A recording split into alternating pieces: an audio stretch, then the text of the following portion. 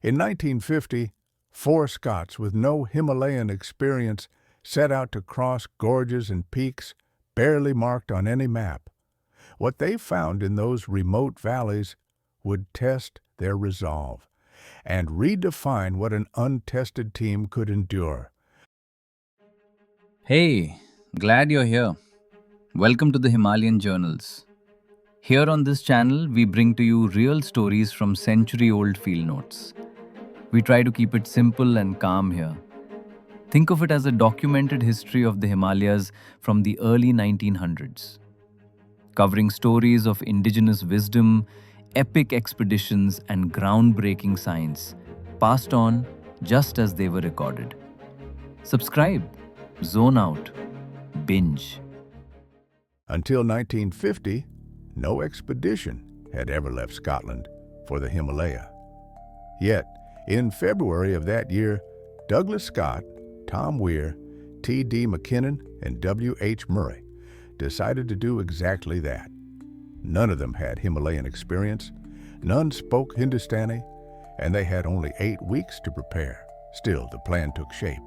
Their route would run west to east across the 3 river gorges of the Dhauli, Gorge, and Dharma, touching the Rishi Ganga, the Lampak peaks, the Girthi Gorge, the Lampas, and finally, the Panch Chuli.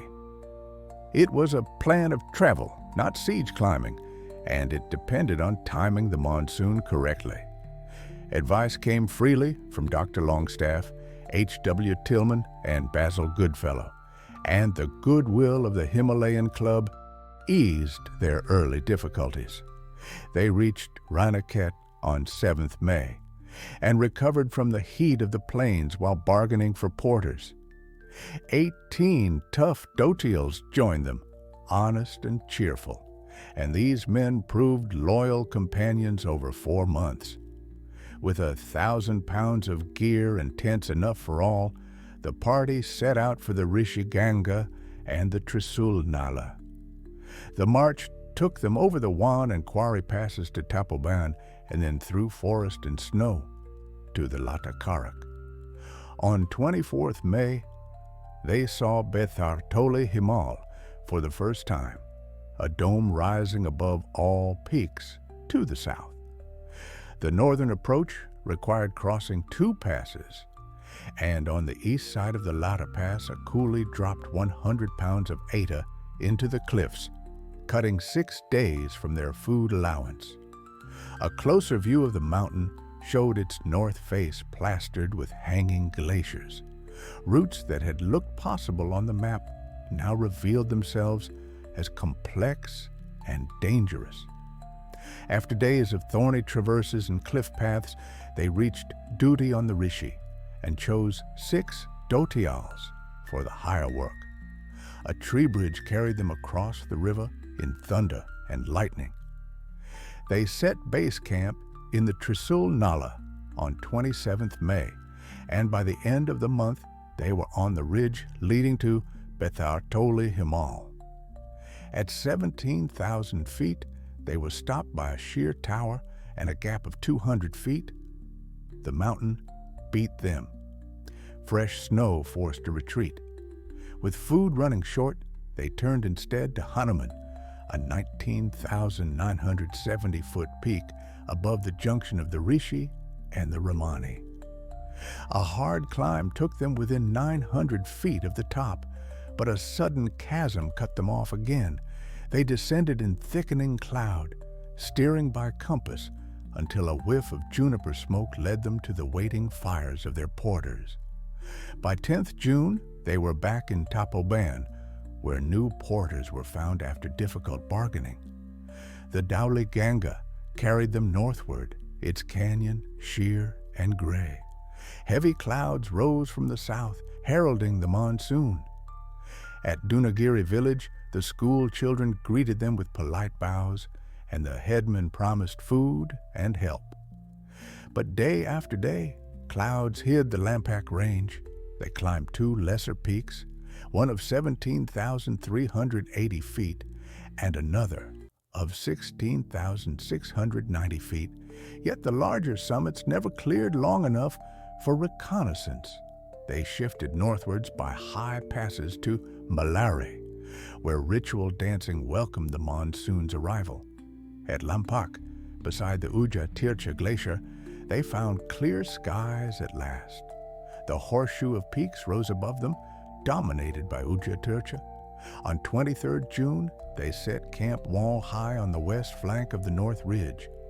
The pinnacles above looked impossible, yet they rose through them by chimneys and ledges, reaching the snow crest at dawn. Two great ice triangles guarded the summit. They cut steps up the first, crossed thin snow over ice, then climbed the second in the same slow way. At 2 p.m. on the 28th June, they reached the top.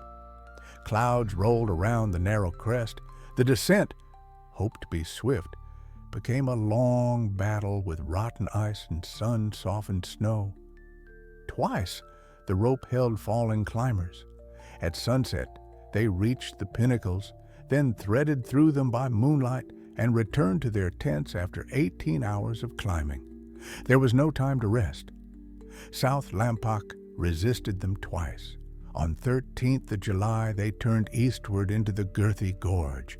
For 5 days, they followed a precarious goat track above 1,000-foot walls, crossed ravines by snow bridges, and passed small patches of farmland tended by Malari families. Flowers carpeted the hillsides. After crossing the Untadura in sleet, they descended to the trade route of Tibet, where caravans of yaks and sheep streamed past. By the 18th of July, they reached Milam. Parting from McKinnon, they continued over the Ralam Dura.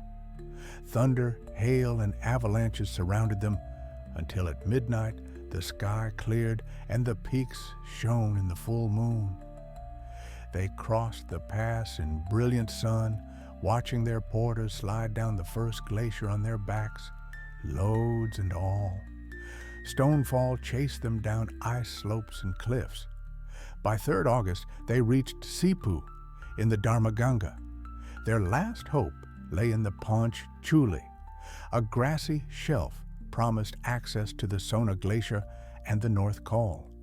They fought through cloud crevasses and ice falls to place Camp Wall at 19,000 feet. But the cliffs below the col rose 1,000 feet in near vertical walls. They were stopped again. A second reconnaissance showed that the Miola Glacier might one day give the key, but not to this team, and not in the monsoon. By 13th August, they were withdrawing down the Dharma Ganga. The middle hills opened below them, warm and green. Villages, fields of millet and rice, and bright butterflies marked their passage south. After 15 days, they reached Almora, and on 27th August, returned to Essex House in Raniket, tired and happy. Looking back on 4 months in the mountains, they remembered not the summits, but the journey, the camps, and the days lived as they came.